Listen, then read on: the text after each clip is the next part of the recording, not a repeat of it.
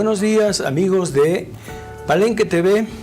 Nuevamente, como siempre, muy agradecidos de estar nuevamente en sus pantallas y tener esta oportunidad de llegar a todos los hogares con algunas inquietudes dentro de nuestra especialidad, que es la traumatología y ortopedia, traumatología deportiva, traumatología y ortopedia pediátrica.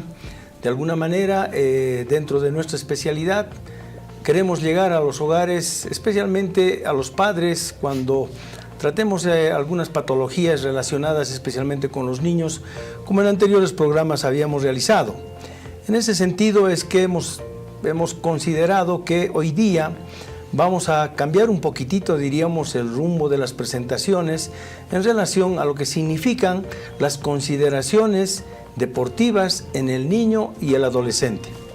María Fernanda. Sí, el día de hoy vamos a tocar un tema que es muy importante para los niños y para los adolescentes y adultos jóvenes respecto a las diferentes lesiones que se pueden presentar al realizar actividad deportiva en las escuelas, en el colegio, etc. Sí, es importante tener, diríamos, en cuenta que hoy en día en todas partes del mundo, y especialmente vamos a hablar de nuestro país, se están incrementando, diríamos, las actividades deportivas en los niños, en todas las especialidades y en especial en el fútbol. De alguna manera, esta consideración que hacemos en relación a las patologías que se presentan en los niños, generalmente es cuando debemos tomar algunas medidas preventivas, porque siempre estamos hablando de la prevención en salud, en todas las especialidades siempre hay el tema de prevención para evitar justamente aquellas lesiones que de alguna manera, algunas veces las lesiones en los niños pueden causar grandes problemas y, ¿por qué no decir?, algún niño que tenga condiciones de élite, algún niño que tenga talentos dentro de su actividad, en cuanto a la parte física, en cuanto a la parte psicológica, en cuanto a la parte intelectual, algunos niños lastimosamente que se lesionan a esta edad, a una temprana edad, estamos hablando de los niños de 8, 9, 10 años, donde realmente algunas exigencias ya se presentan en los colegios y también en las escuelas deportivas, en este caso en el fútbol y por qué no decir en todas las otras especialidades. Por eso es que tratamos de enfocar este tema, diríamos, con el mayor interés en dirección a la familia, en dirección a los padres, en dirección a los profesores de educación física, en dirección a las personas que están a cargo de una escuela de fútbol, a los entrenadores, a los preparadores físicos, para que estas lesiones que se pueden producir durante el entrenamiento y durante los partidos sean, diríamos, de menor porcentaje posible y por qué no decir, por qué no tratar de que no existan este tipo de patologías que se presentan en la formación de los niños a partir de los 8, 9, 10 años. Así es, como siempre, buscando prevenir antes que curar. Entonces, el día de hoy pues les vamos a hablar un poquito sobre este tipo de lesiones y cómo el efecto positivo que tiene el hacer preparación física previa y el estar en constante actividad física, si es que pues vamos a realizar deporte, no dedicarse solo a hacerlo una vez a la semana, sino que sea algo más periódico, y cómo nos podemos preparar para prevenir cierto tipo de lesiones o también cómo identificar cierto tipo de lesiones que se pueden presentar principalmente en la edad pediátrica cuando estamos realizando ejercicio. Bueno, agregando a estos conceptos es que vamos a considerar, por eso hemos titulado nuestro tema hoy en día, consideraciones deportivas en el niño y el adolescente. Y decíamos y reiteramos nuevamente que hoy en día el incremento de la parte deportiva en los niños especialmente se está incrementando en forma, no diríamos indiscriminada, pero también es una manera de decir de que se ha incrementado la actividad deportiva, se han incrementado las escuelas de fútbol y lógicamente queremos nosotros sugerir algunos temas de prevención. Por ejemplo, vamos a hablar de la actividad de los niños en el colegio.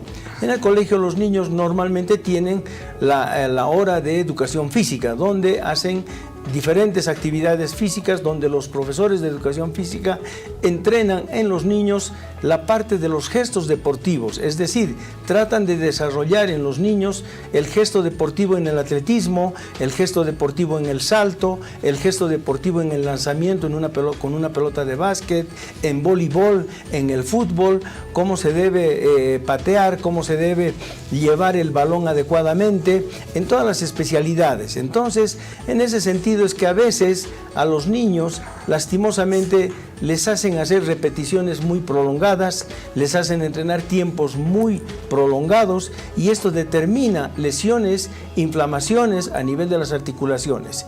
Quiero recalcar que la patología que se presenta en los niños fundamentalmente se refiere al segmento de rodilla, al segmento del tobillo, al segmento de la pierna fundamentalmente y en tercera o cuarta instancia al segmento de la cadera. Es por eso que los niños a veces de repente de ser muy activos, de estar jugando todo el día en el colegio, en la casa, en la calle o en la plaza, de alguna manera empiezan a sentir dolores articulares, dolores en la pierna, dolores en la planta del pie, dolores a nivel de la articulación de la rodilla y por qué no decir de la cadera. De repente hay antecedentes ya de lesiones como ser las caídas, los golpes que puedan recibir los niños mientras están haciendo deporte. Entonces, en ese sentido es que si estamos hablando del colegio, los profesores de educación física de alguna manera tienen que tratar de detectar aquellas patologías que se presentan por fatiga, por altas repeticiones, por alta energía cuando les exigen que el niño tiene que saltar 7, 8, 9, 10 veces, de repente hacer que el niño a través de tener una cierta preparación física le hagan subir las escaleras del colegio, del coliseo, le hagan dar vueltas la cancha, de repente para manera de calentamiento hemos visto que en algunos colegios el profesor de educación física indica que los niños vayan y den 5 o 6 vueltas la cancha a manera de calentar. Imagínense, 5 o 6 vueltas una cancha de fútbol, es bastante larga la trayectoria que tienen que realizar y lógicamente muchos niños terminan a media exigencia, empiezan a vomitar, se cansan, se tropiezan, se caen, empiezan a tener malestar general y ese niño ya directamente ya no puede rendir ni mucho menos. Por eso es que hay que tener cuidado de que los niños en sí a esta edad no requieren una preparación física. Es decir, nos requieren un acondicionamiento muscular, nos requieren un acondicionamiento cardiorrespiratorio para poder realizar la práctica deportiva. El niño en esta edad y en todas partes del mundo requiere la enseñanza del movimiento, la enseñanza del manejo, el gesto deportivo que llamamos nosotros. En 1 o 2 repeticiones el niño llega a grabar en el cerebro lo que tiene que hacer. Y entonces en las 2 o 3 repeticiones se hace la corrección adecuada y el niño prácticamente con seguridad que va a poder asimilar ese gesto deportivo, ya sea en la carrera, en el atletismo, en el salto, en el bloqueo cuando se trata de deportes de voleibol o de básquetbol, en el lanzamiento de la pelotita, la carrera de 50, 100 metros. De alguna manera pues ese niño, cuando el profesor le enseña el gesto deportivo, ese niño tiene toda la capacidad, estamos hablando de niños y adolescentes, tienen toda la capacidad de poder asimilar, diríamos, ese gesto deportivo fácilmente y retener ya por el resto de sus días. Lo que quiere decir que los niños pueden de alguna manera todos en el momento de el hacer deporte el entrenamiento hacer lo de... que se está denominando, diríamos, el gesto deportivo, cómo tiene que llevar el balón, tal como estamos viendo en las imágenes. Entonces el niño tiene que hacer ese tipo de entrenamiento a manera de jugar, a manera de divertirse, bajo ninguna exigencia deportiva, bajo ninguna exigencia del profesor de educación física, si se trata de los colegios. Y simultáneamente ya hablamos de las escuelas deportivas, donde la exigencia es mayor, donde la exigencia de repente ya los niños entran en actividades competitivas, ya tienen mayor exigencia de responsabilidad en algunos casos, hay más exigencia no solamente del preparador físico, sino también del entrenador. Hay a veces mayor exigencia de los padres, cuando los padres van a la cancha a ver a sus hijos cómo entrenan o cómo juegan o cómo se desarrollan en el aspecto deportivo en el partido, y de repente empiezan a gritar, empiezan a alentar. Lógicamente lo hacen con la mejor buena voluntad, pero el niño en ese sentido de alguna manera se ve afectado dentro de lo que es la responsabilidad ya psicológica, emocional, y se siente presionado. Ese niño fácilmente puede tener un bajón durante el partido, y posiblemente ese niño va a ser difícil que se pueda recuperar posteriormente. Así es. Entonces, pues tener en consideración que no solo se trata de los profesores de educación física o preparadores físicos, sino también un equipo integral ideal. Incluye también tratamiento psicológico, ¿no? O sea, que haya preparación psicológica desde el ámbito deportivo para estimular siempre a los niños a que sigan haciendo el deporte y como mencionaba en las imágenes, pues que aprendan a perder, también aprender a ganar y todos esos detalles. Es así. Entonces estamos viendo, por ejemplo, en esta imagen, vemos cómo el desenvolvimiento no solamente es el niño, sino también estamos viendo una niña que tiene esas condiciones.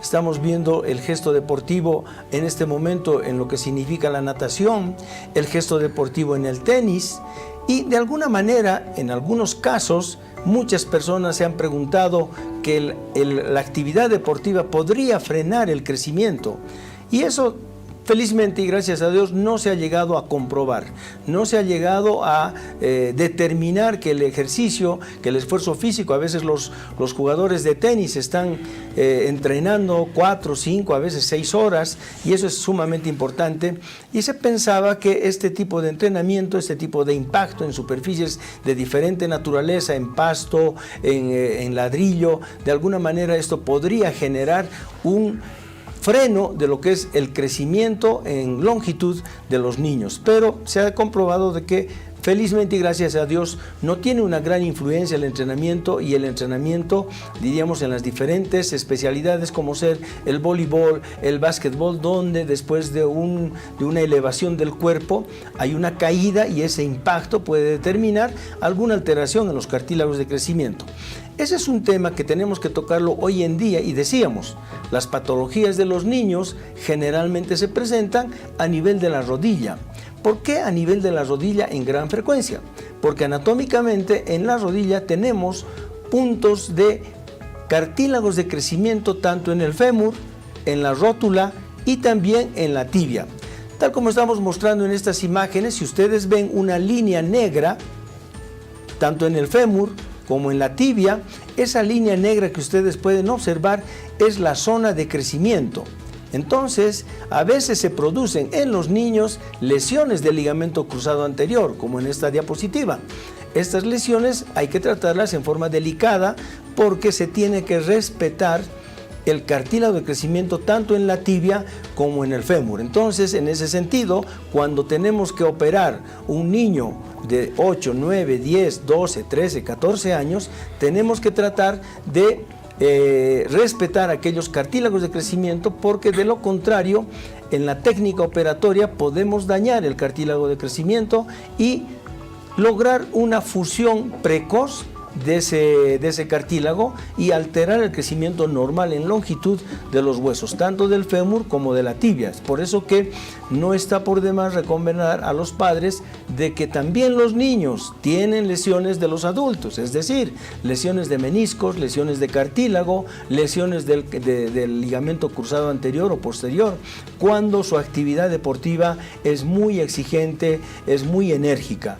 En ese sentido es que también tenemos que tratar de cuidar, de acuerdo a lo que se estipula, diríamos, en la parte de medicina deportiva, traumatología deportiva, en las escuelas de fútbol, la correcta, diríamos, el correcto examen clínico que tienen que tener los deportistas, más aún si se trata de las escuelas deportivas. Es importante que se tenga en los niños el examen clínico adecuado, radiografías, hemograma, ver alguna valoración si es posible de tipo cardiológica. En las escuelas es importante detectar en forma precoz algunas anomalías congénitas que pueden desencadenar alteraciones de esfuerzo. Vean cómo los niños en este momento están entrenando el gesto deportivo de golpear la pelota con la parte interna, hacer el pase correcto con la parte interna. Aquí estamos viendo cómo el niño está llevando, pero está más que todo jugando, no está compitiendo. El gesto deportivo es sumamente importante para, lógicamente, tratar de evitar, primero, un mal rendimiento, las lesiones y, lógicamente, hacer que el niño tenga el conocimiento adecuado de lo que es la coordinación propioceptiva, de lo que es el movimiento y de lo que es el impacto con el balón en todas las especialidades. Entonces, en ese sentido es que nosotros si podemos hacer un acercamiento del lugar donde se producen las lesiones, me gustaría explicar en qué consiste esta patología que se presenta a nivel de la rodilla fundamentalmente. Entonces, tenemos como siempre la maqueta, que es muy orientadora, y si ponemos la imagen, hacemos un acercamiento de lo que es la rodilla, podemos detectar primero la inserción, donde está mostrando el indicador, la inserción del tendón rotuliano en la tuberosidad anterior de la tibia. Entonces, en ese lugar justamente pasa el cartílago de crecimiento de la tibia. Luego tenemos en la parte superior la inserción a nivel del polo inferior de la rótula.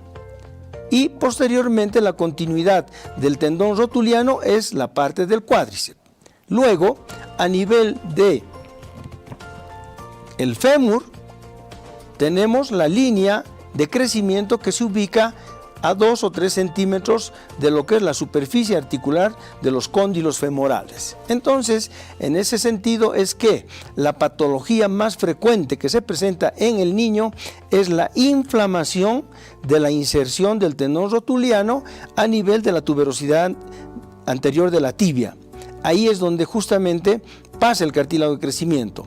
Esta patología, denominada como una tendinitis rotuliana, algunos la conocen ya como enfermedad de Osgood-Schlatter, es la alteración, la inflamación, la fragmentación a veces de la tuberosidad anterior de la tibia, donde se inserta el tendón rotuliano, un tendón que es corto, que es muy potente y que a veces produce serios arrancamientos, especialmente en los niños. ¿Por qué? Porque esa zona de crecimiento es cartilaginosa y es una zona bastante frágil. Es por eso que se puede fácilmente, en algunas lesiones de traumatismos, de golpes, de actividad enérgica, de saltos, puede presentarse la fragmentación o el arrancamiento de lo que es el tendón rotuliano, que es una patología ya en el niño, si es que se presenta, bastante complicada, bastante molestosa, con mucho dolor, con mucha limitación, y el niño, cuando tiene dolor, lastimosamente ya altera su comportamiento deportivo, no quiere jugar, se retrae, tiene serios problemas. ¿Y cómo se presenta esta patología? Se presenta por acciones enérgicas, se presenta por acciones enérgicas repetitivas, por acciones enérgicas repetitivas y prolongadas en el tiempo, y o a veces caídas, diríamos golpes directos a nivel de la parte anterior de la rodilla. Entonces, en ese sentido, la enfermedad de Osgood-Schlatter no es nada más que el proceso inflamatorio crónico de lo que significa la inserción del tendón rotuliano. Tenemos otra patología que también se presenta frecuentemente. Doctora, si usted puede explicarnos el lugar donde se presenta a nivel de la parte posterior del calcáneo. Sí, claro. Aquí, de igual forma, como hay también cartílagos de crecimiento, pues esos cartílagos de crecimiento están en todos los huesos de la anatomía humana. Y en el caso del calcáneo, que no es la excepción, el cartílago de crecimiento se encuentra más o menos en esta zona. Entonces, en esta zona se inserta el tendón de Aquiles, que es un tendón que pasa por toda la parte posterior de la pierna y es un tendón muy fuerte, y al igual que pues, el tendón rotuliano, que también tiene fuerza y tracciona la tuberosidad anterior de la tibia, el tendón de Aquiles puede traccionar la parte posterior del calcáneo. Esa es la enfermedad que, como en la tibia se denomina Osgood-Schlatter, en el pie es la de Sever. Entonces, en estos casos también es bueno identificar por qué es el dolor que presentan los niños en esta región del talón. Muchos piensan que a veces pues lo relacionan con alguna caída o algún golpe, pero pues podemos ver que no necesariamente tiene que haberse presentado eso, sino también como decías, la actividad física, exacto, la actividad física en exceso, sin la preparación adecuada, y también depende mucho de la edad, como habíamos dicho, o sea, los niños menores a 9, 8 años no necesariamente tienen que estar haciendo preparación física, sino hacer deporte a modo de juego, y a partir de los 9 y 10 años ya ahí empezar un poco más con tecnicismos, porque pues incluso los niños de 9, 10 años ya mentalmente también son un poco más maduros y pueden seguir indicaciones, y ya cuando son pues un poco más adultos, ya en los adolescentes, ya sí realizar efectivamente, antes de hacer una actividad física muy intensa, realizar calentamientos antes de cualquier otra actividad. Y también así como en el pie hay este cartílago de crecimiento, aquí en la cadera, estos son los así la articulación de la cadera, si podemos enfocar aquí, estos dos huesos, el hueso ilíaco y el fémur por un lado, son los que componen la articulación de la cadera, y principalmente en el fémur, aquí a nivel de la cabeza del fémur, en esta región es que está el cartílago de crecimiento de la cabeza femoral, y ahí es donde se presenta muy comúnmente una enfermedad que se denomina epifisiolistesis, que es cuando los niños, que aproximadamente a los adolescentes de como unos 12, 13 años de edad, pueden presentar una lesión del cartílago de crecimiento a ese nivel. Y lo raro de esta enfermedad, lo raro y a la vez característico de esta patología, es que inicia con molestias y síntomas a nivel de la rodilla. Y pues uno lo confunde y piensa que es la rodilla y tratan la rodilla, pero no vamos más allá y hacemos más estudios de la cadera, cuando en realidad lo que está lesionado es el cartílago de crecimiento del fémur, de la cadera. Y por eso es que hay que prestar mucha atención a todo lo que presenten los niños, a cómo se manifiesten, qué es lo que les duele, qué es lo que dejan de hacer, y también tomar en cuenta en este tipo de enfermedades la conformación del niño. O sea, esta patología, la epifisiolistesis, se presenta más en niños obesos o con sobrepeso también. Entonces, pues pensar mucho en la edad, que es en adolescentes de 12, 13 años, y que sean obesos o tengan sobrepeso, y que empiecen con dolor así inespecífico en la rodilla, y que luego no le prestan importancia, pasa como unos 2, 3 meses y se caen. Generalmente eso es lo que pasa, se caen y empieza a doler ya la cadera. Pero es muy importante detectarlo antes que suceda eso, porque el tratamiento, cuando pasa más el tiempo, es más complicado. Entonces, pues procurar, como siempre hemos dicho, lo de la prevención, y prestar mucha atención a los síntomas y signos que presenten y nos indiquen los niños. Bien, ampliando estos conceptos que ha citado la doctora, el niño que tiene un sobrepeso, no vamos a hablar de obesos para no dañar, diríamos, la personalidad de los niños. El niño que tenga un sobrepeso no adecuado a su estatura y posiblemente a su edad, entonces corre el riesgo de tener este tipo de lesiones a nivel de los cartílagos de crecimiento. Por eso es que el hecho de que un niño tenga un sobrepeso no significa de que sea un niño saludable. No solamente hay que pensar en la parte del aparato locomotor, sino también hay que pensar en la parte del sistema cardiorrespiratorio, y no es solamente esta sugerencia para los niños, sino también para los adolescentes y, por qué no, para las personas mayores. El hecho de que uno tenga sobrepeso, lo único que estamos logrando es un sobreesfuerzo a nivel del aparato cardiorrespiratorio.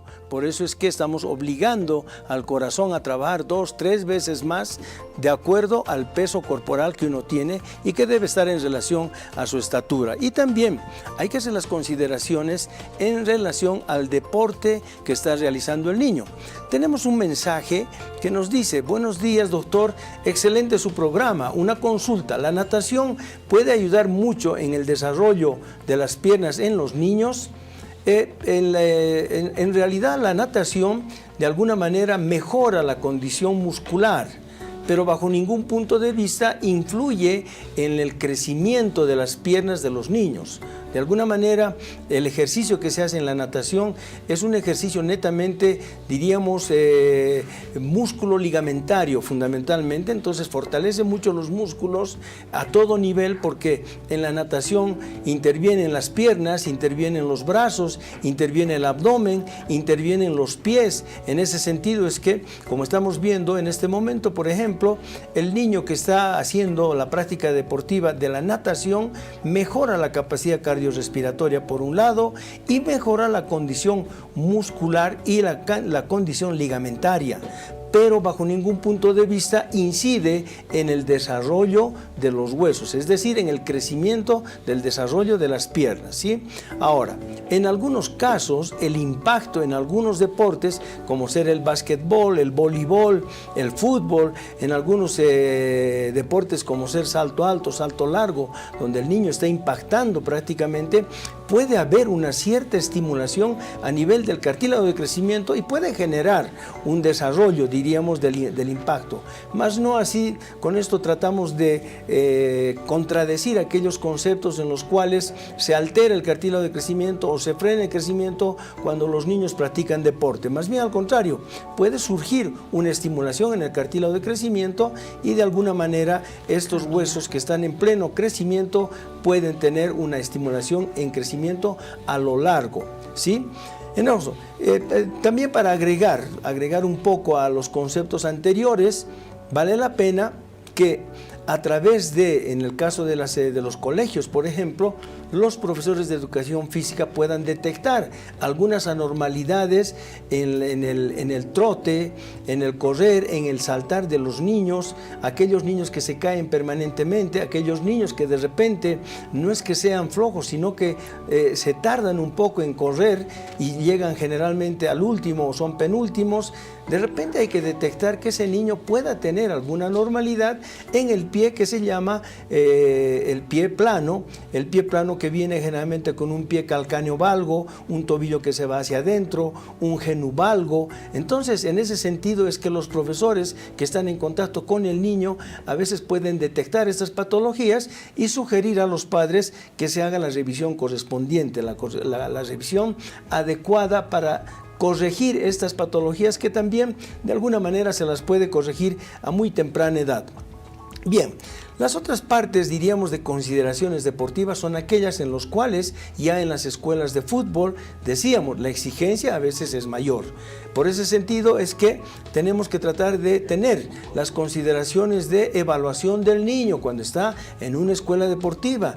No se olviden de que los antecedentes familiares, de los cuales vamos a hablar enseguida, después de un corte, vamos a hablar sobre los antecedentes familiares que son sumamente importantes en la detección de patologías en el niño y en el adolescente. Enseguida volvemos.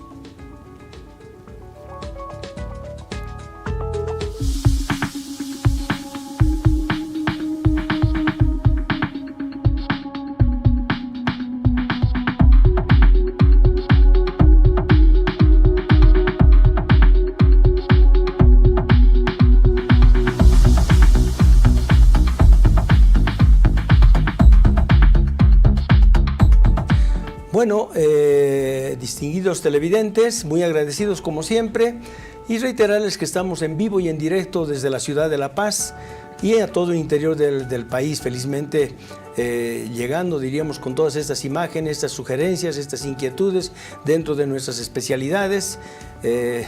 Para nosotros es una satisfacción poder vertir todos nuestros conocimientos, toda nuestra experiencia en beneficio de la gente, en beneficio de la población y en este caso el tema de hoy día especialmente en los niños, porque los niños requieren de alguna atención especial, si el término vale. ¿Por qué? Porque son niños que posiblemente son niños de élite en potencia y entonces es importante detectar aquellas cualidades, aquellas virtudes que tienen los niños en su crecimiento, en las diferentes especialidades especialidades, hay algunos niños que se destacan mucho más que otros, entonces está diríamos, en la labor de los preparadores, de los profesores de educación física, de los entrenadores, detectar aquellas potencias que de alguna manera son los famosos talentos que se pueden detectar a una temprana edad, pero estos talentos de alguna manera también requieren conocerse sus antecedentes familiares. Entonces, me parece que tenemos un mensaje. ¿Desde qué edad se detecta el pie plano? ¿Sí? Bien, nosotros de alguna manera, ¿desde qué edad se detecta el pie plano? ¿Desde qué edad en los niños? Normalmente hacemos un control a partir de los 2 años.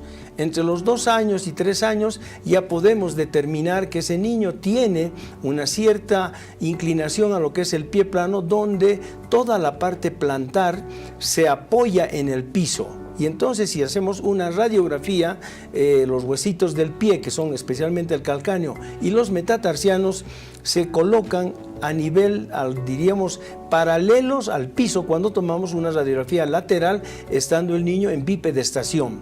En ese sentido es que ya tenemos clínicamente un examen donde se puede detectar el pie plano, y después tenemos la radiografía que también nos puede ratificar ese diagnóstico, y luego la parte clínica donde los papás o el profesor de educación física que detecta esta patología refiere que el niño se cae permanentemente, que no tiene mucho equilibrio, que es un poco lento en su accionar, que se queja de dolor del pie, dolor del talón, dolor de la rodilla, su impacto es muy duro, es muy enérgico diríamos, y este impacto duro con el piso de alguna manera, como no tiene la amortiguación necesaria del pie normal, entonces el impacto se refleja demasiado a nivel del tobillo, de la rodilla, y llega hasta la cadera, y algunos niños se quejan de dolor de espalda. Bien, entonces en ese sentido es que podemos hacer ya un diagnóstico, no diremos precoz, pero muy cerca de la realidad, cuando el niño tiene 2, 3 años, ya tiene un equilibrio muscular, ya está caminando casi perfectamente. Entonces ahí es donde podemos empezar el tratamiento primero ortopédico, y lógicamente con algunas indicaciones para hacer el tratamiento dinámico. Así es. Si bien desde los 2, 3 años podemos ver clínicamente el pie, las radiografías no se realizan hasta que tenga aproximadamente unos 7, 8 años, porque los huesitos del pie tardan en presentarse, en manifestarse en las radiografías. Entonces sí, bien podemos verlo a partir de los 2, 3 años de edad y hacer el tratamiento físico, ¿no? De usar plantillas o hacer terapia física, y es recién hasta los 9 años que se dice y se define como tal el diagnóstico de pie plano, porque ya a los 9 años el pie ya es prácticamente el pie de adulto, por así decirlo, aunque todavía es niño, y ahí sí se puede ver en las radiografías haciendo ciertas mediciones y así, que sí efectivamente es un pie plano. Y también se puede determinar pues la causa, ¿no? Porque hay varias causas de pie plano y es importante ver en las radiografías y haciendo otros estudios cuál es la causa de ese pie plano. Bien, en ese sentido es que, agregando a los conceptos que ha vertido la doctora, vale la pena tratar de empezar precozmente, porque de repente cuanto más tardamos, más difícil es el tratamiento y más prolongado será el uso de elementos ortopédicos para poder corregir la patología. Pero vale la pena recalcar, muchas personas creen que la plantilla va a corregir la deformidad, y esto no es así. La deformidad la va a corregir el ejercicio, la actividad que tenga que tener el niño específicamente para corregir el pie plano, el pie calcáneo valgo, el genu valgo. Entonces, de alguna manera, el tratamiento y la detección precoz de estas patologías puede determinar que se puedan corregir las deformidades en base a la actividad ligamentaria, a la actividad muscular que tiene el pie. La plantilla sí o sí va a mantener el pie en una posición anatómica, en una posición fisiológica. Por eso es importante que cuando se indica uso de plantillas, las plantillas deben usárselas mañana, tarde y noche.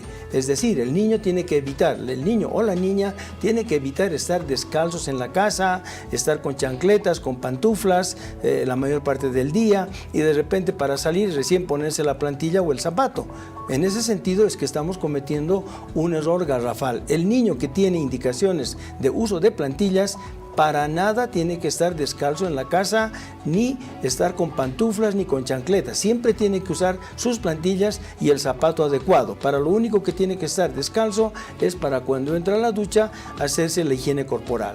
Entonces, a expensas de estas sugerencias, vamos a tratar de mostrar en las diapositivas las patologías que hemos mostrado antes para poder determinar y para que la gente también se pueda ubicar en ese sentido y fundamentalmente, si Dios quiere y nos están viendo los entrenadores, tener consideraciones en los niños sobre su actividad, detectar bien aquellas patologías para no agravar estas lesiones. Entonces, nuevamente volvemos a presentar, donde la línea negra que están viendo ustedes es la línea de crecimiento del fémur y de la tibia, lugar donde se producen los mayores, diríamos, los porcentajes más elevados de dolor a nivel articular. Es decir, el dolor que se presenta en la tuberosidad anterior de la tibia, donde se inserta el ligamento, el tendón rotuliano, que es un tendón sumamente potente, tal como es el tendón de Aquiles, que también es uno de los tendones más importantes del aparato locomotor y que producen estas patologías de procesos inflamatorios dolorosos y, lo que es peor, fragmentaciones del cartílago de crecimiento y, ¿por qué no?, arrancamientos de esa zona que son sumamente molestosos y que algunos de estos arrancamientos desgraciadamente llegan a ser parte de resolución quirúrgica.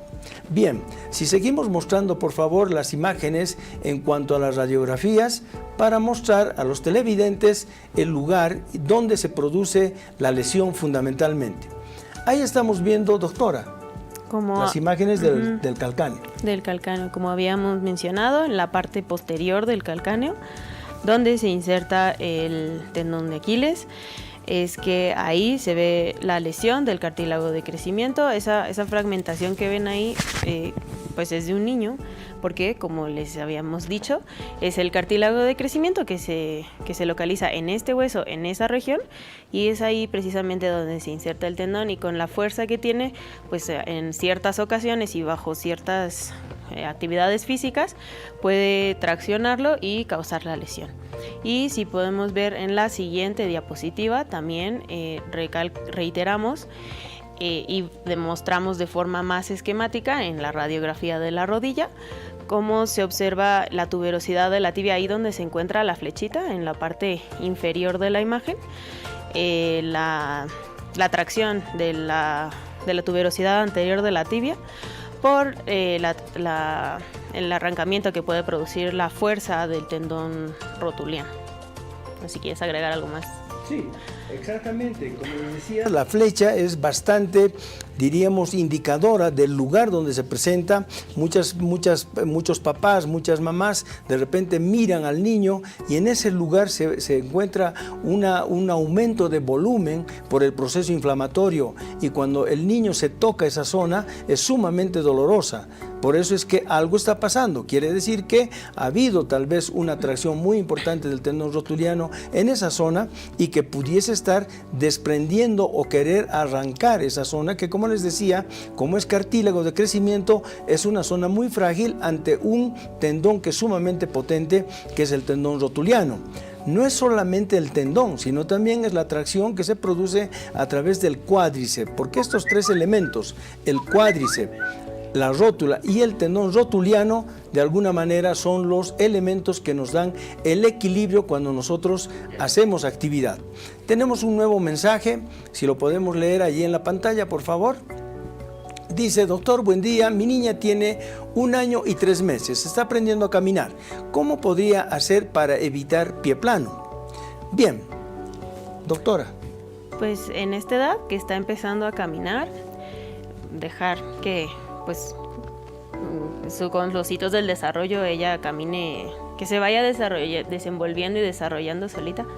Y en lo posible, como habíamos comentado, evitar aquellos zapatos que son muy planos, de preferencia si le va a empezar a poner ya zapatitos para que camine, que tengan el arco, porque hay varios zapatos. Lastimosamente hoy en día los zapatos en su gran mayoría no tienen ese arco interno. Y a veces hay que hacer el uso de las plantillas, pero en estos casos buscar zapatos que sí tengan ese arco interno y cuando no esté con zapatos y esté en la casa, pues ver que si puede caminar de puntitas o caminar de talones para estimular los músculos que se encargan de darle el arco al pie, que son los músculos tibiales, el tibial posterior principalmente. Entonces fortalecer ese músculo, así, procurando que camine de puntas, de talones, y nada más estar a la expectativa y al tanto de cómo va caminando y cómo se desarrolla el pie. Bueno, para agregar un poco al conocimiento de la persona que nos ha mandado el mensaje, que es sumamente importante, hay que recalcar que los niños en su primera etapa, es decir, entre el primer y segundo año, empiezan a buscar el equilibrio necesario. ¿Debido a qué? A que los músculos que tenemos en la pierna tienen músculos agonistas y músculos antagonistas. Unos son flexores que bajan el pie, otros son extensores que elevan el pie, otros son músculos que llevan el pie hacia afuera y otros músculos que llevan el pie hacia adentro. Entonces, hasta la edad de 2 años, ese equilibrio muscular hace que el niño todavía no tenga una marcha estable, es decir, camina de puntitas, camina con el talón, camina con el pie hacia adentro, camina con el pie hacia afuera, se llega a tropezar, se cae, no tiene estabilidad. Entonces, por ese lado, no habría que preocuparse mucho hasta la edad de 2 años, donde los niños ya tienen una marcha totalmente equilibrada, sus músculos ya prácticamente están trabajando, diríamos, en forma sincrónica en cuanto a la elevación, a la flexión, a la rotación externa y a la rotación interna del pie. Por eso es que tampoco hay que desesperarse en esta edad. El niño está empezando, o la niña está empezando a equilibrar sus músculos que van en la pierna y que determinan la estabilidad de este segmento. Por eso es que, como decía la doctora, si están empezando a usar zapatos, que sean zapatos discretamente duritos, que no sean muy blandos, que no sean zapatos de gamuza, de tela, que no sean esos zapatos que hoy en día prácticamente han perdido los requisitos de un buen zapato. Mejor que sea un zapato de cuero, que tenga un pequeño realce en el arco y que de alguna manera, si es posible, que sea tipo botín para darle más estabilidad.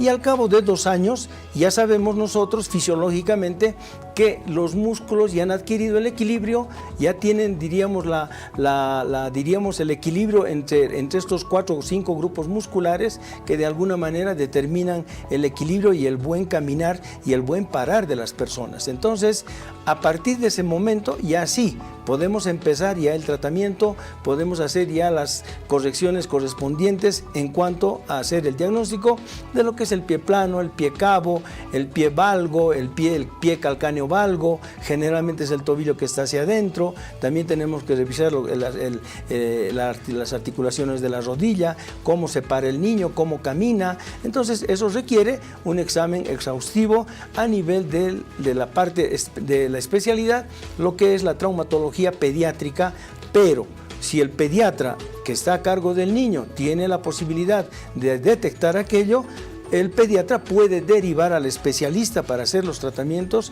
y correcciones correctas. Bien, si volvemos a nuestro tema al que estábamos hablando, me gustaría todavía agregar algunas cosas más sobre lo que significa las consideraciones deportivas en el niño y en el adolescente. Tener presente que los niños a esta edad requieren solamente mejorar el gesto deportivo. No se debe pensar en que los niños requieren una gran preparación física. Los niños tienen una capacidad cardiorrespiratoria importante para jugar todo el día sin necesidad de estar entrenando en la parte física. Entonces, tener en cuenta aquello, tener en cuenta también los detalles pondoestaturales que tienen los niños de acuerdo a su edad, hacer las correcciones adecuadas, controles de peso, examen clínico, radiografías, antecedentes familiares, decíamos. Hay personas que tienen algunos antecedentes de tipo cardiológicos. Siempre es bueno saber si en la familia ha habido alguna persona con esos antecedentes, si en la familia ha habido personas que han tenido pie plano, porque a veces algunas patologías son también de tipo hereditarias. Entonces, al hacer el examen clínico, la semiología es importante, los antecedentes son sumamente importantes, y los otros exámenes que requieren, especialmente en las escuelas deportivas. Es importante que haya un equipo multidisciplinario para poder encauzar al niño en un buen entrenamiento, en un buen crecimiento, en un buen desarrollo de sus habilidades, de sus aptitudes deportivas. Por eso es que es importante que el seguimiento que se hace en los niños en las escuelas deportivas, es muy posible que también se encuentren los famosos talentos, aquellos niños de élite. Por eso es que hay que tener mucha consideración en las escuelas de fútbol para poder detectar aquellas habilidades, aquellas cualidades que de repente tiene un niño, caracterizándose por ser tal vez el líder, tal vez es el que mejor juega, es el más, diríamos, el que tiene la posibilidad de llevar a los niños a seguir jugando, es el que habla, es el que se desarrolla, es el que tiene mejor comunicación, es el que tiene una buena alimentación también. De repente su coeficiente intelectual es importante. Entonces, todas esas cualidades pueden ser detectadas en las escuelas de fútbol, y de ahí tener la posibilidad de encontrar niños que tienen el talento deportivo en todas las especialidades. Pero ese niño con un talento deportivo debe ser bien manejado y minuciosamente manejado, porque también un niño de esa naturaleza puede adquirir precozmente grandes responsabilidades y de repente cambiar su vida diaria, su vida habitual.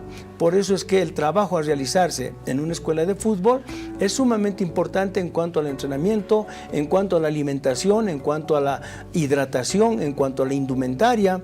Hay que tratar de orientar a los niños qué material tienen que usar, cómo tienen que ponerse los zapatos, cómo tienen que ponerse las medias, cómo tienen que hacer las elongaciones, los calentamientos, la preparación de alguna manera previa a un entrenamiento, la condición necesaria del campo de juego, hacerles conocer qué puede significar jugar en la tierra, jugar en el pasto, jugar en cancha sintética, y de esta manera prevenir, como decíamos anteriormente. Ya habíamos empezado nuestra charla con la prevención de las patologías en las consideraciones deportivas del niño y del adolescente. Doctora, ¿alguna cosa más que pudiésemos sugerir en cuanto a estas consideraciones que son sumamente importantes? Hacer énfasis nuevamente en la prevención, en prestar atención a aquellas molestias, manifestaciones que puedan presentar los niños, si le duele la rodilla, si le duele el tobillo, el pie, la cadera, etcétera. Entonces, para poder hacer un diagnóstico precoz, adecuado, y efectivamente el tratamiento, porque si bien hablamos de que la enfermedad de la tuberosidad anterior de la tibia es muy sintomática y causa dolor y molestias, si lo detectamos a tiempo, pues lo podemos tratar de manera conservadora hasta que el niño pues deje de crecer y ya sea un adulto, y tratarlo a tiempo para aminorar en lo posible las molestias que pueda tener. Muy bien, entonces muy agradecidos por la atención que nos han prestado hoy día. Como siempre, estamos a disposición de acuerdo a las dirección que tenemos en el consultorio, a los teléfonos, a los celulares, a los teléfonos de acá del canal, para que nos puedan llamar y nos puedan de alguna manera vertir todas las inquietudes que puedan tener. La dirección la tienen ahí en el pie de la pantalla, y estamos siempre a disposición para poder solucionar, sugerir, corregir y prevenir todas las patologías que, como les decía, en algunos niños, en algunos adolescentes. Pueden ser patologías que pueden determinar el futuro deportivo. Por eso es que hay que tener cuidado del entrenamiento, de la alimentación, de la indumentaria, la parte psicológica en las escuelas de fútbol, el equipo multidisciplinario que tiene que haber, el nutricionista, el psicólogo, el médico deportólogo que tiene que estar a cargo de los niños, hacer las evaluaciones correspondientes que hay en las diferentes, diríamos, especialidades, para que el niño tenga un respaldo total dentro de lo que es la parte de, diríamos, de salud fundamentalmente, para que tenga un buen desarrollo en la parte deportiva y de alguna manera tener la posibilidad de estos niños que tienen algunas cualidades, algunas aptitudes, llegar a ser niños desarrollados ya en el aspecto profesional, digamos, en una formación totalmente complementada con todos esos aspectos que son los de la medicina deportiva, que son la alimentación y todo eso. Bueno, solamente como información presentamos en pantalla.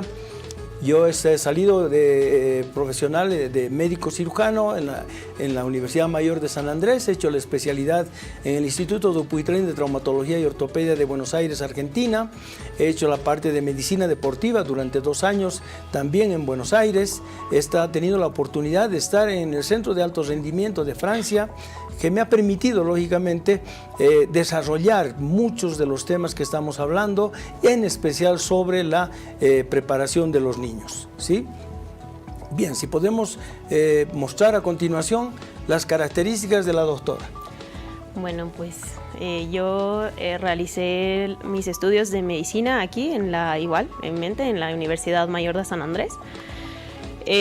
Hice también en la Universidad de Nuestra Señora de la Paz un diplomado en atención al enfermo grave. Posteriormente, en México, en la Ciudad de México, hice mi especialidad en traumatología y ortopedia en el Instituto Nacional de Rehabilitación. Luego una subespecialidad igual en la Ciudad de México, en el Hospital Shriners para Niños de México. Y luego hice un diplomado en cirugía de preservación de cadera pediátrica también en el Instituto Nacional de Rehabilitación en la Ciudad de México, y tuve la oportunidad de hacer una rotación externa igual en el tema de cirugía de preservación de cadera pediátrica en el hospital de la Universidad de Nueva York en Estados Unidos. Bien. Habiendo hecho estas consideraciones ya nuestras en favor del conocimiento que ustedes puedan tener, para nosotros de alguna manera tener la satisfacción de vertir todas estas cualidades, todas estas experiencias dentro de lo que es nuestra especialidad. Siempre estamos dispuestos a seguir con los temas para prevenir todas aquellas patologías que se presentan en el aparato locomotor. Agradecemos mucho su atención. Estaremos nuevamente en vivo y en directo desde la ciudad de La Paz y a todo el interior del país el próximo sábado con otros temas de interés general, de interés especialmente dentro de lo que es, nuevamente y reitero, el aparato locomotor. Muchísimas gracias. Será hasta el próximo sábado. Hasta el próximo sábado.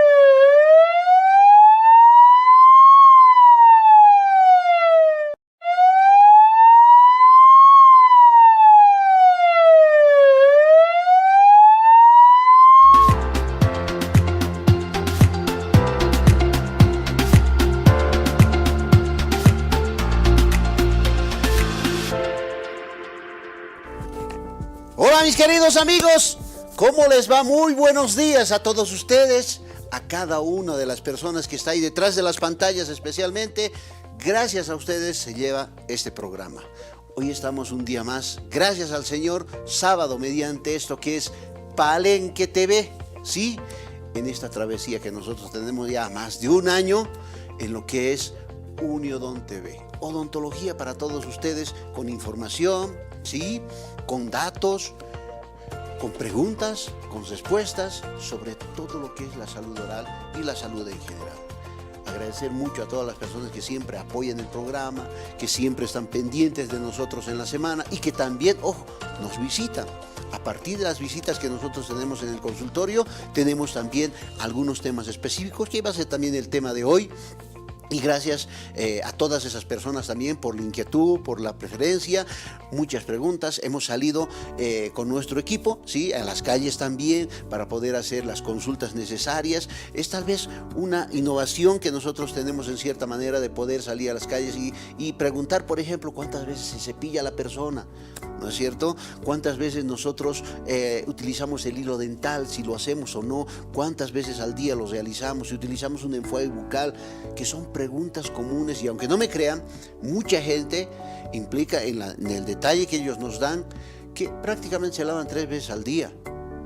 Entonces no deberíamos de tener tanto problema de odontología, ¿no es cierto? O sea, de problemas de caries, de problemas periodontales, pero seguimos teniendo esa secuencia. Ojo, estamos hablando de la urbe en la ciudad de La Paz y que también hay que mencionar que nosotros estamos a nivel nacional por todas las redes que se emite Palenque TV, que prácticamente nosotros estamos hasta el último rincón de nuestro territorio nacional. Sí, tenemos que plasmar esa situación, también determinar que todas esas preguntas que hemos realizado es prácticamente parte de un equipo que lógicamente hace este desempeño, este papel, y que prácticamente nosotros tenemos que ir avanzando en base a esas preguntas, porque tenemos que tratar de solucionar ese problema de problemas de salud oral que nosotros tenemos en nuestro medio.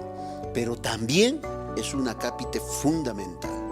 Tenemos que ponerle conciencia a lo que nosotros estamos haciendo, hacer empatía con la situación de nuestra salud y con las demás personas.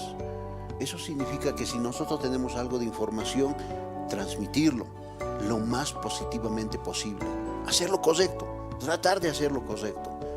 Podemos cometer errores, pero si nosotros vamos a mentir, vamos a engañar con la situación de lo que hacemos, prácticamente estamos cometiendo otro acto, que es un delito muchas veces, pero nosotros, si tenemos el conocimiento y tratamos de ver que eso es nuestra verdad, siempre va a resultar ser una equivocación si hemos cometido algún error.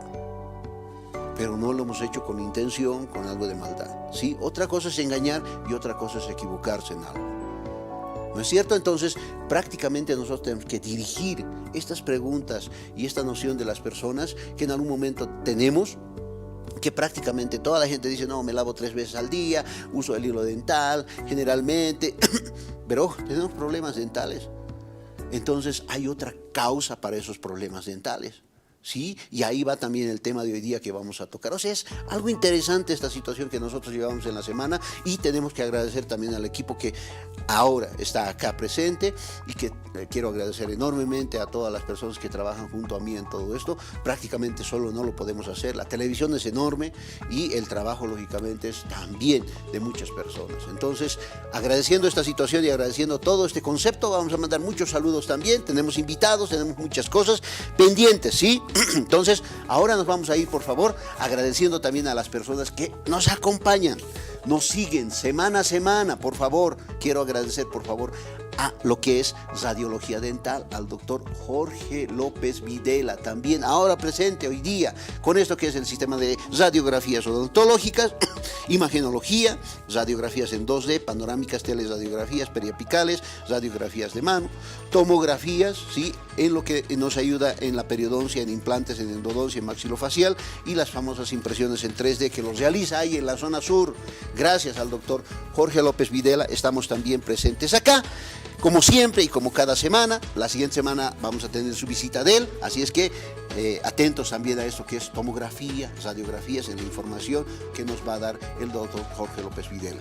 También quiero agradecer al doctor Irving Pablo Fernández, ¿sí?, con esto que es la Universidad Técnica de Oruro, la famosa UTO, para todos los profesionales también que nos están observando, que están viendo la página también y que también por las redes sociales. En la subsede de La Paz invita a los profesionales odontólogos, ¿sí?, a la especialidad de endodoncia con mención en microscopio con formato semipresencial. El curso tendrá una capacitación actualizada en sistemas manuales mecanizados, uso del microscopio en endodoncia, imagenología 2D y 3D, uso de terapia de láser en endodoncia, lo que ustedes ven ahí, cirugía periradicular con microscopio. Las inscripciones, por favor, hasta el 23 de junio, queda muy poco tiempo, por favor, ahí tienen los teléfonos, los contactos del WhatsApp y el teléfono fijo. La dirección, calle Villegas, entre Campos, 20 de octubre y 6 de agosto, 1227, ahí lo tienen. La Paz, Bolivia, edificio de la Universidad Técnica de Oruro, sede La Paz. Ahí en el segundo piso pueden inscribirse o llamar a los teléfonos que tienen ahí. Gracias al doctor Irving Pablo Fernández. Ahora nos vamos a ir a una pausita corta. Gracias a todos ustedes siempre y vámonos a nuestro corte.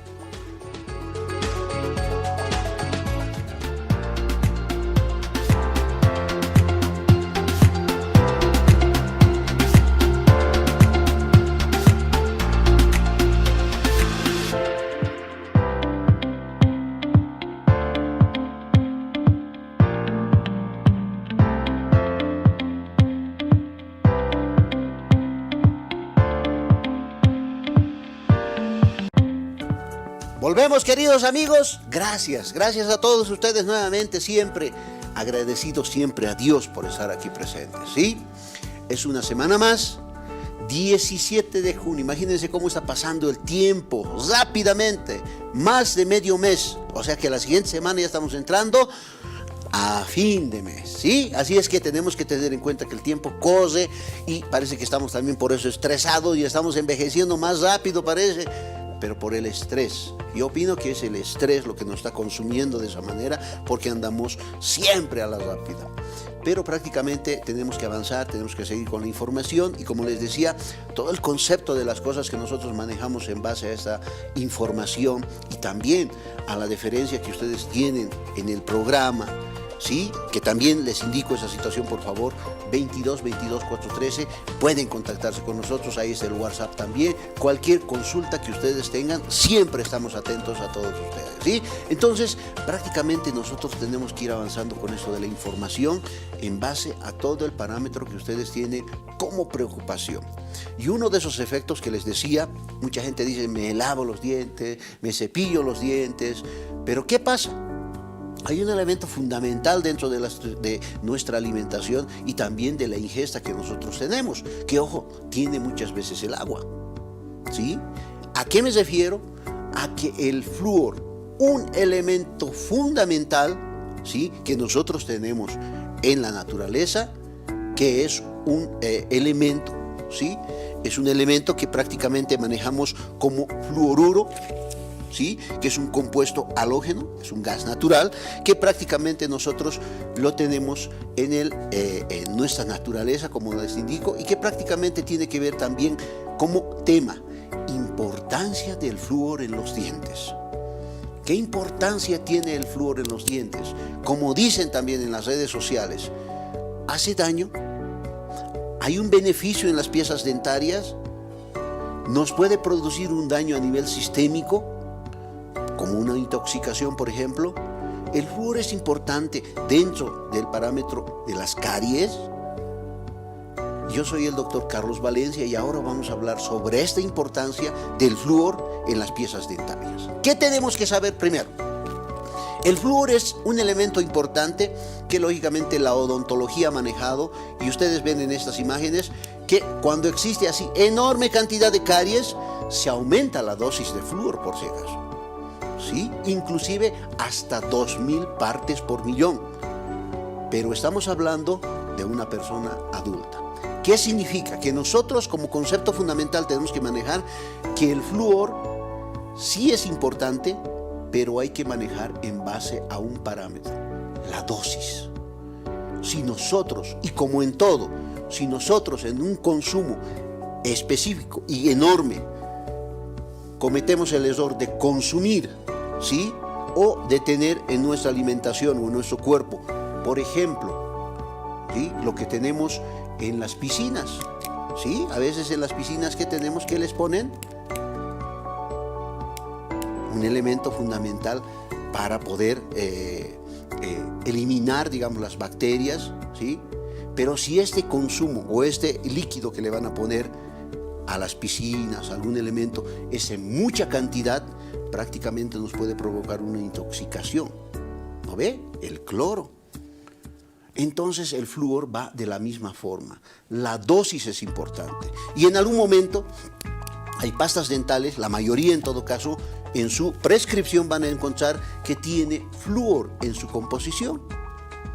Pero ¿cuánto de flúor debería de tener? ¿Cuándo se puede producir un elemento tóxico o en todo caso una lesión como ser la fluorosis, que van a escuchar también, que es lógicamente el acúmulo de mucho flúor en nuestro organismo?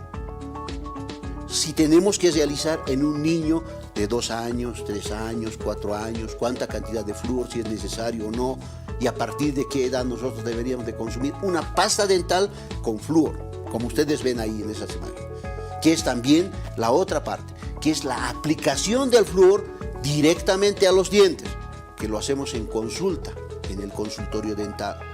Son preguntas que en algún momento uno se lleva y nosotros tenemos que determinar a partir de esto que es importante la dosis, ¿sí?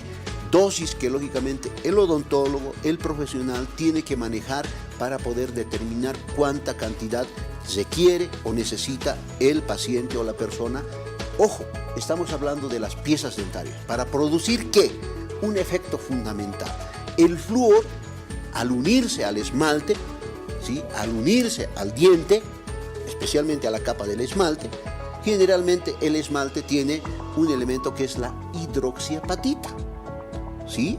Este elemento que está recubierto, el esmalte con hidroxiapatita, al unirse con el flúor, forma la fluorapatita, que es un elemento más rígido, ¿sí? Más resistente.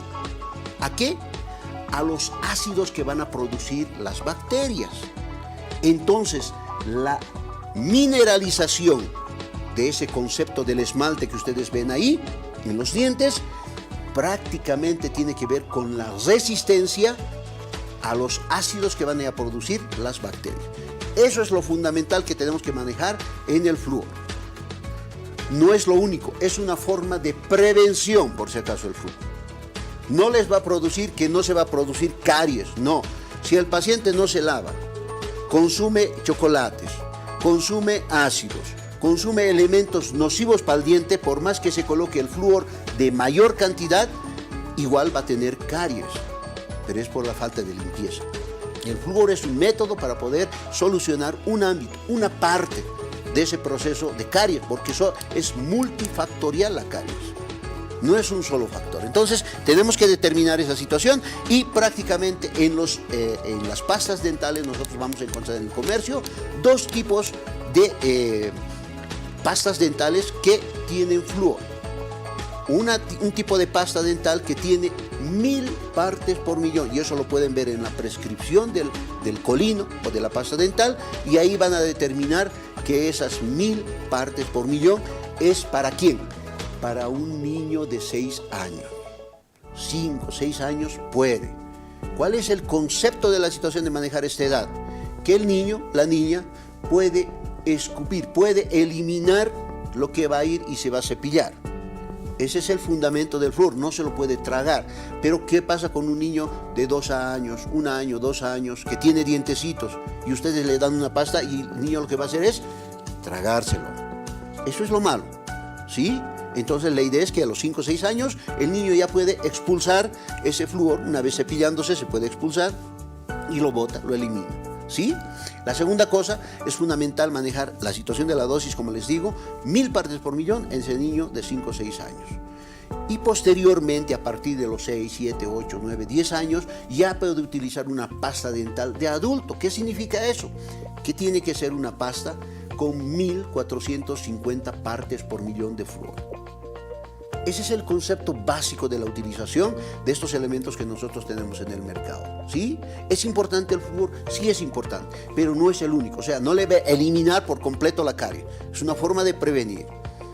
La primera forma. La segunda es la aplicación tópica que nosotros tenemos en consultorio. Como les decía, nosotros aplicamos flúor en los dientes, ¿sí? Y hoy en día existe, como ustedes ven ahí en esas imágenes, el barniz. Hay un barniz que prácticamente lo que hace es recubrir, ¿sí?, como una capa, si ustedes quieren, a todo lo que es la corona del diente. Y va a producirse esto que les digo, de hidroxiapatita a fluorapatita, ¿sí? Un aspecto más resistente. No es el único, pero prácticamente nosotros tenemos que manejar esa información para todas las personas que quieren hacerse colocar flúor. El flúor se puede colocar toda la etapa de nuestra vida. Eso significa, si el bebé tiene a los 6 meses, se puede aplicar flúor. Si es a los 6 años, se puede aplicar. Si tiene 20, 30 años, se puede aplicar el flúor. Entonces, prácticamente toda la vida podemos hacer esta aplicación del flúor. ¿Para qué? Para que haya mayor resistencia en el esmalte del diente a esos ácidos producidos por la caries. ¿Sí? Pero fundamentalmente es que el paciente se lave los dientes. Entonces, cuando hacemos nosotros en la calle la pregunta, ¿cuántas veces te lavas al día? 3 veces me lavo, hilo dental y todo. Entonces, tal vez tenga que ver con la cantidad de flúor que tenga la pasta que está utilizando. ¿Sí? O tal vez no está utilizando una pasta con flúor. Son conceptos que nosotros tenemos que manejar en la población y tenemos que manejar cada una de nuestras familias, determinar qué tipo de pasta dental está utilizando y requiere. Junto a su odontólogo tiene que manejar esta información. Entonces, las pastas dentales son fundamentales en base a la cantidad de flúor que tiene. Y ahí está el concepto, 1000 partes por millón. ¿Sí? 1000 partes por millón es suficiente, ¿sí? A menos que el profesional adecuado indique que necesita mayor cantidad de flúor, y eso implica en mayor cantidad de caries. Si hay una prevalencia de caries en la boca del paciente, como les digo, a veces se utiliza hasta 2000, inclusive hasta 2500 partes por millón, pero eso es bastante enorme y eso tiene que ser prescrito por el profesional, ¿sí? Entonces, prácticamente tenemos este concepto fundamental, ¿sí? Estas cosas que ustedes ven del flúor es una información enorme. Sí, hay una revalidación científica, teórica también enorme, y que prácticamente está basado en esta situación. La dosis, ¿sí? Fundamentalmente, ¿quién lo aplica? El profesional, junto con el odontólogo, tiene que manejar esta información. Tercero, que no es lo único el flúor, sino también la higiene del paciente. El elemento del consumo de alimentos es fundamental. Entonces, todo este conglomerado de información tiene que manejarse en la familia. ¿Por qué está produciéndose caries? Pero si mi hijo se lava 3 veces al día, 4 veces al día, utiliza su hilo, pero sigue teniendo caries. Entonces tenemos que manejar otros datos y eso el profesional lo tiene que hacer para poder determinar por qué se está realizando la caries, que hay otros prospectos y hay otros aspectos. Entonces, el cepillado, el colino, la aplicación de flúor es importante, pero no es lo único.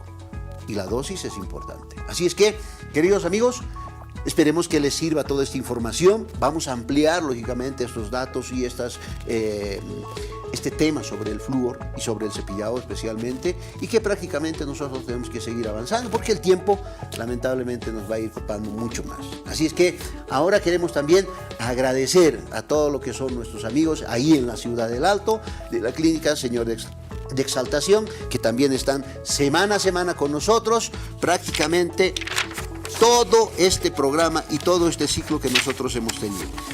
Señor de Exaltación, gracias al doctor Gonzalo Salgueiro, estamos también aquí presentes con medicina general, emergencias, odontología, cirugía maxilofacial, gastroenterología, cardiología, trauma y ortopedia, ginecología, neurología, urología, pediatría, anestesiología. Ahí en la avenida Antofagasta, en la calle 11 de Villa Dolores, ahí es el teléfono. Gracias a la clínica Señor de Exaltación y al doctor Gonzalo Salgueiro, ¿sí? Nos vamos con mucho más, pero mientras tanto nos vamos a ir a un cortecito pequeño y volvemos inmediatamente porque tenemos invitados y mucho más. Vale.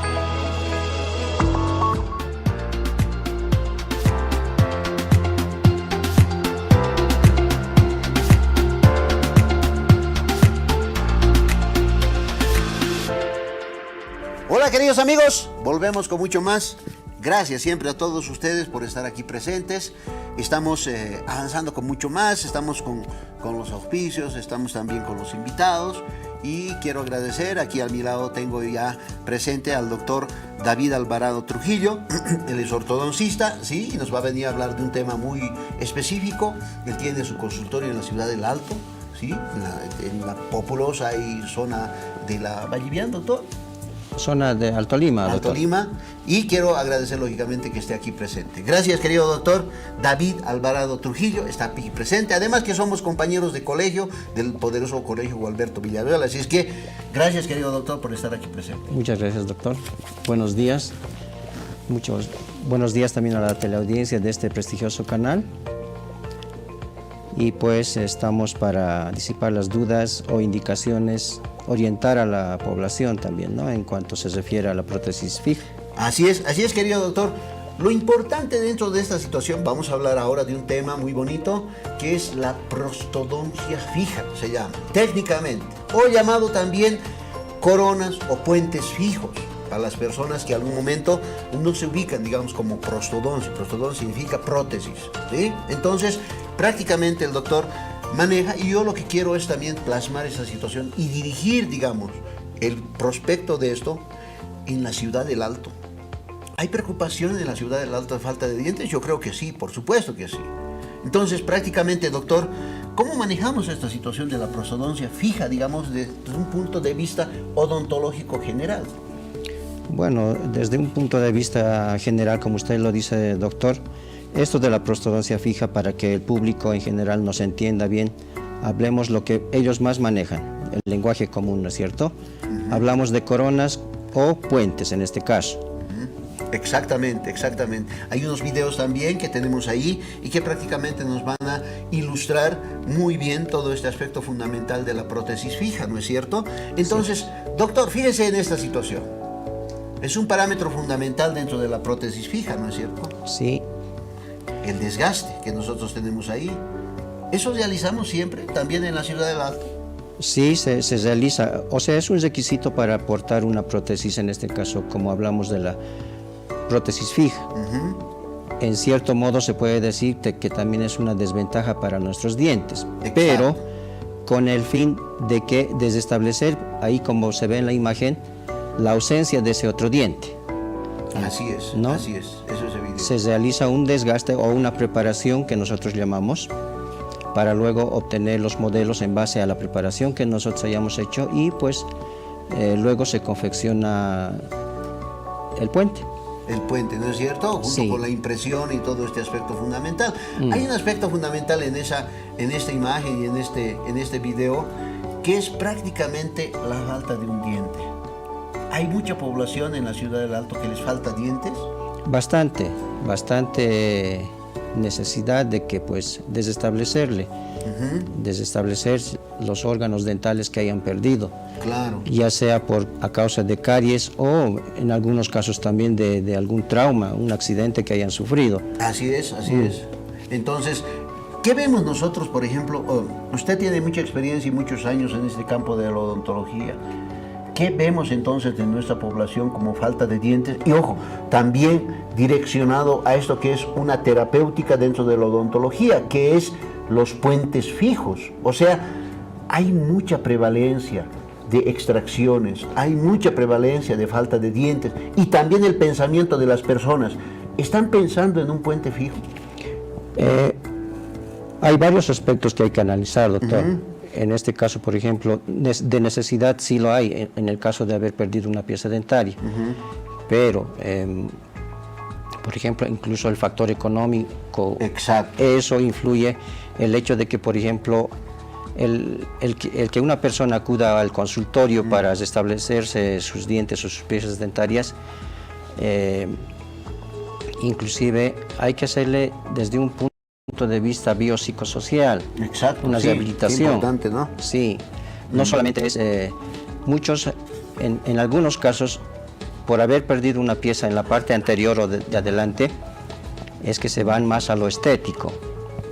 Exacto. Sí, pero lo más importante es establecer la función que debe ejercer ese puente o prótesis fija. Así es, querido doctor. Mire, imagínense, ha hablado de varios temas muy importantes el aspecto psicosocial cuando nosotros no tenemos un diente. ¿En base a qué? Al aspecto estético. Exacto. Hay mucha gente que en los dientes anteriores pierde 1 o 2 dientes y se siente incómodo psicosocialmente, ya no puede sonreír, ¿sí? Aparte de la funcionalidad, siempre aquí les hemos hablado función y estética. La función es importante para el odontólogo y también para el paciente, pero para el paciente más importante es su estética. Sí, No quiere verse sin dientes, ¿no es cierto? Entonces, ese es el parámetro, porque acuden al puente, ojo. Exacto. ¿No es cierto? Más la gente se preocupa en lo estético que en lo funcional. Exactamente, Sí, exactamente. en Entonces, en muchos pero casos. principalmente, fíjese esta imagen, doctor, nos está reactivando, si usted quiere, nos está rehabilitando, fíjese, una pieza fundamental que es un molar. Sí. Donde va a haber la trituración de los alimentos. Sin este molar prácticamente hay una disfunción, ¿sí? Hay una maloclusión y prácticamente muchos problemas a este nivel de la oclusión, ¿no es cierto? Sí. Lo que debemos recalcar y recomendar siempre a la población es decir, por ejemplo, de que cuando haya perdido una pieza dentaria por X motivo, es establecerlo en el menor tiempo posible. Exactamente. Porque si dejamos pasar el tiempo, la ausencia de ese diente va a desorganizar al resto de los demás dientes y a todo nuestro aparato estomatognático o nuestra cavidad bucal. Es así, eso es cierto, doctor. Es tan importante, si podemos ir a la siguiente imagen, por favor. Entonces, prácticamente nosotros tenemos que manejar esta situación. Esto es lo que les decíamos, ¿no? La parte estética. Sí. Entonces, prácticamente el paciente acude al consultorio para poder visualizar esta situación. Eso es lo que ustedes ven, estética. Sí. Que no haya nada de metal. Eso ¿No sí. ve? Y que restituya lógicamente. Eso también. Sigue haciéndose coronas de metal en la ciudad del Alto, así como se hacía antes, en mucha cantidad. Sí, se hace. Es porque, de acuerdo a la idiosincrasia que tiene nuestra gente, nuestra población, les gusta. En algunos casos. Exactamente. Hay otro concepto fundamental también, Sí. y eso tienes razón. Ahí está, fíjense, coronas estéticas. Hoy en día Sí. nos marcan la situación. Vamos a hablar también con un laboratorista dental en un programa posterior, hablando de esto. Y prácticamente tenemos materiales enorme calidad de estética. ¿No es cierto? En el mercado, doctor. Sí. Por ejemplo, ese. En cuanto a los materiales, Sí. nosotros debemos recomendar a nuestros pacientes, siendo odontólogos, haciendo de que nuestras piezas dentarias que restituyamos se vean lo más estéticos posibles y naturales. Exacto. Obvio que, como hablábamos hace unos segundos atrás, las coronas metálicas es porque a cierta población de nuestra gente les gusta. Claro que sí, ahí tenemos. Sí. Un puente con metal. ¿No ve? Mucha gente no quiere ver eso hoy en día, ¿no es cierto? No sé Sí. si en la ciudad del Alto todavía están con esta idea. ¿Cuál es el aspecto de la situación de las coronas de metal? La resistencia. Exacto, sí. El metal nos da la resistencia necesaria siempre para la fuerza que se ejerce en la masticación. Exacto. Mientras que otros materiales son más estéticos, pero sí tienen menos resistencia, por decir. Exacto, exacto. Pero también ahí hay que acondicionar una cosa. Cuando nosotros hacemos una coronita de metal, el desgaste es menor que hacer una corona de porcelana. Sí. La porcelana conlleva un desgaste en el diente Mayor. ¿no es cierto? Y Sí. la de metal, prácticamente el grosor de desgaste es alrededor de 1 milímetro máximo.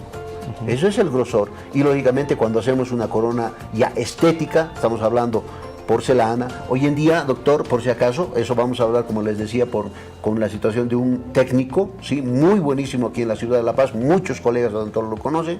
Vamos a hablar, por ejemplo, sobre el circonio, sobre el disilicato de litio, sobre la porcelana. Sí. Son elementos estéticos enormes hoy en día. Y así es que el doctor en el Alto, no sé si trabajamos también con ese tipo de materiales, que algún momento, lógicamente, hoy en día revolucionó totalmente la situación del parámetro estético en lo que es la odontología. Sí, pues podemos decir que, digamos, no hace mucho tiempo se utilizaba este tipo de puentes que vemos en nuestras pantallas, pero hoy en día, como usted lo ha citado, esos materiales son muy buenos, bastante estéticos. Y si se trata de que, como decía también, hablar con un técnico en laboratorio, la coordinación entre nosotros, Así es. los odontólogos y los técnicos en laboratorio. Es algo importante, y esto también es importante, fíjense esa imagen. desgaste dental. Eso es lo que trae la prostodoncia fija. A veces al paciente no le explicamos eso y a veces el paciente le anestesiamos y me está desgastando, doctor, ¿qué me está haciendo? Hay que explicarle a los pacientes, ¿no es cierto, doctor, para poder hacer estos tratamientos? Sí, previo a nuestra actuación en la boca de nuestro paciente, tiene que haber una orientación, una explicación de en qué va a consistir su tratamiento. Evidentemente, por falta de comunicación, en algunos casos sí, el odontólogo puede aplicar la anestesia y hacerle los desgastes que posiblemente el paciente no estaba de acuerdo en algún momento. Exacto, exacto. ¿No? Sí. Sí. Entonces, en algún momento esta imagen nos va a dar esa elocuencia de la situación de la prótesis fija. La prótesis fija conlleva desgaste, no existe más. No existe que le coloquen sobre su diente, ahí al lado, fíjense, un diente entero, y encima de eso colóquenle una porcelana, por favor. Va a ser un bloque tremendo, va a ser una bola de material. Y eso no es estético, así es que lo que tenemos que hacer, lo que ustedes ven ahí, es un desgaste, pero de acuerdo a parámetros fundamentales. La prótesis fija también, doctor, maneja esos aspectos fundamentales del tipo de tallado que hagamos. Es la relación que usted dice con el laboratorio, ¿no es cierto? Sí. Inclusive utilizando las coronas metálicas, se le puede dar un toque estético también. Hay ciertos tipos de coronas que nosotros utilizamos en que pues el desgaste que lo hacemos es selectivo. Exacto. Sin tocar la parte anterior o la parte delantera de nuestros dientes. Sí, y esa explicación podemos darlo a los pacientes. Miren, qué bonito es, qué importante es también manejar esta situación. Queremos también mandar, como les decía, somos exalumnos del Colegio Gualberto Villasuel. Ahí nos vamos a reunir más tardecita también con los amigos, por si acaso. Hacemos un poquito de deporte también con el doctor. O sea, la amistad conlleva esta situación. El parámetro fundamental de manejar la información también depende de todo esto. Así es que el doctor está en la ciudad del Alto. A ver si puede darnos la dirección ahí del consultorio, doctor, por favor. ¿Dónde está ubicado? Nos encontramos o se encuentra el consultorio en la avenida Pucarani de la zona Alto Lima, tercera sección de la ciudad del Alto. El número es el 262. ¿Algún teléfono, doctor? Sí, el 7339. Perfecto. Gracias, doctor. Muchas gracias y complacido siempre. Miren, nosotros somos en este ámbito, querido doctor, y eso quiero comentarle, es que nosotros manejamos siempre la información en base a que el paciente, la persona se dé cuenta que nuestra población también está inmerso de varios colegas odontólogos que prácticamente están en la lucha para poder seguir saliendo adelante. Ustedes piensan que la situación de la odontología es un pan de vida, es fácil, es sencillo. No es. El conocimiento es fundamental y tenemos que seguir manejándonos en ese parámetro. Así es que, gracias, doctor. Muy amable por su visita y esperemos también seguir adelante con mayor información junto a esto que es el doctor David Alvarado Trujillo, que es odontólogo, que es ortodoncista también y que prácticamente nos ha traído un tema muy bonito. Así es que ahora nos vamos a un cortecito también, con mucho más, y prácticamente tenemos que manejar mayor información sobre esto que es la odontología. Sí, vámonos a nuestro análisis de lo que es el Centro de Especialidades Odontológicas Uniodont. También está con nosotros todo el Centro de Especialidades Uniodont, con todas las especialidades ahí, a cargo de lo que es el doctor Carlos Valencia, blanqueamiento dental, cirugía del tercer molar, ¿sí? Estética dental, operatoria dental, implantes dentales, ortodoncia, ¿sí? Odontopediatría. Todas las especialidades están ubicados en lo que es el edificio Mariscal de Ayacucho, cuarto piso, oficina 412, ¿sí?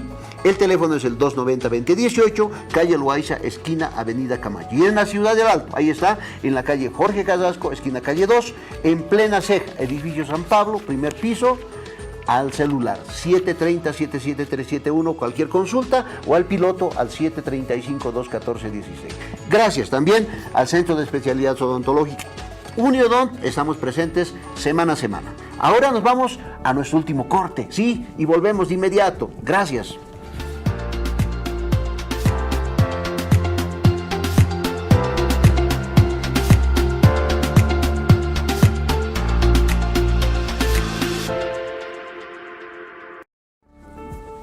Volvemos, queridos amigos. Gracias. Gracias a todos ustedes siempre por estar presente acá. como siempre tenemos que agradecer a Dios. Yo, en lo personal, soy católico, creyente en el Señor, tengo mucha fe. Esta semana estábamos hablando ahí con la producción, es el solsticio, el 21 de junio, ¿no es cierto? Hay mucha gente que también tiene mucha fe en la situación de la Pachamama, de la tierra y todo este aspecto fundamental que tenemos que también promover. Es parte de nuestra cultura, es parte de nuestra cultura y parte de esto que nosotros vivimos ancestralmente, ¿sí? Mi mamita era de Pollera, somos habitantes seguramente de nuestra población, de nuestros abuelos. Así es que también tenemos que manejar esa información. Nosotros hemos hecho una evaluación, por si acaso, en Tiahuanaco hace muchos años, ¿sí? Sobre la prevalencia de caries en los tiahuanacotas. 1%, 1 de cada 100 tenía caries. ¿Por qué sucedía esto? Había un factor fundamental. Y uno de esos era el agua. El agua que ellos bebían tenía esta información de ese flúor que nosotros hoy día hemos hablado. Entonces es fundamental manejar la información también sobre este aspecto fundamental, ¿sí? Hemos salido a las calles y también hemos hecho algunas preguntitas, vamos a tratar de responder algunas de ellas y prácticamente cada semana vamos a ir plasmando esto, que es fundamental, la preocupación de la gente, la preocupación de la población. Esperemos tener en pantallas estas imágenes y este video que en algún momento prácticamente es lo que nos va a ejercer como personas, ¿sí? Porque hay preguntas muy bonitas dentro de esto y prácticamente estas preguntas también van dirigidas a los profesionales. Alguien hablaba inclusive de por qué no realizan una campaña para las personas que necesitan. Podemos hacerlo, 100% que lo vamos a hacer algún momento. A veces es un trabajo, porque no es simplemente decir, ya, vamos a hacer una campaña gratuita de algo. Hay que plasmarlo, hay que hacer un proyecto sobre esta situación, porque van a venir 2 personas, 3 personas.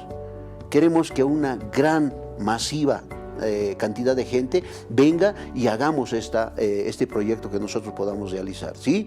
Así es que si podemos tener la pregunta ahí plasmada, podemos tal vez responderla, pero si no, nosotros tenemos algunas otras evidencias de que cómo nosotros podemos viabilizar esta situación, cómo nosotros podemos viabilizar las preguntas o la preocupación de la gente. Mucha gente prácticamente no tiene plata para ir al dentista. Mucha gente no se puede hacer una corona, un implante, una ortodoncia. ¿Por qué? Por falta de recursos. La economía, como dijo también el doctor hace un momento, es fundamental para manejar todos esos aspectos de rehabilitación. Y lógicamente son las personas que más caries tienen, más pérdida de dientes tienen. Entonces prácticamente ahí tiene que ir dirigido todo lo que nosotros hacemos como profesionales. Y ojalá que muchos profesionales se unan a esa convocatoria y llegamos siempre a esto. Así es que a veces no hay tiempo para mucho más, nos ha cortado el tiempo y prácticamente para la siguiente vamos a hacer todo esto que nosotros queremos, lo que hemos salido a las calles, hemos hecho las preguntas, vamos a responderlas, ¿sí? Estamos siempre agradecidos a todos ustedes, queridos amigos. El tiempo no nos permite para más, tenemos que despedirnos, tenemos que irnos hasta la siguiente semana. Estamos ahí, tienen nuestras direcciones, por favor, edificio Mariscal de Ayacucho, 4º piso, oficina 412, Loaiza Camacho, ¿sí? Visítenos, vamos a hacer la actividad gratuita ahí, ¿por qué no? Siempre, a todos ustedes. Edificio San Pablo, 1er piso, Jorge Carrasco, esquina calle 2, muy cerquita ahí de la alcaldía Quemada, en la ciudad del Alto, en plena ceja. Estamos siempre para atenderlos. Teléfonos 290-2018, 730-77371. El personal mío se pueden contactar al WhatsApp también, o bien a nuestro piloto 735-214-16, que siempre está pendiente de todos ustedes. Y en nuestras redes sociales, por favor, Uniodont Bolivia, síganos, ahí están plasmados todo lo que nosotros realizamos, los videos, en YouTube también estamos, Instagram, YouTube, Facebook, ¿sí? En el TikTok también estamos, ya vamos a hacer los TikToks también ahora, junto conmigo vamos a hacer algunos TikToks ahí en las redes sociales, vamos a poder plasmar, vamos a tener la visita de payasitos, muchas cosas, los niños, hay mucho proyecto por hacer, ¿sí? Seguimos trabajando gracias al Señor. Así es que, queridos amigos, queremos despedirnos hasta la siguiente semana. Feliz fin de semana, logremos siempre que la bendición del Señor llegue a toda nuestra familia. Mucha salud es lo más primordial y a seguir adelante. Así es que, gracias a todos, queridos amigos. Feliz fin de semana. por favor, siempre festejen que la vida continúa.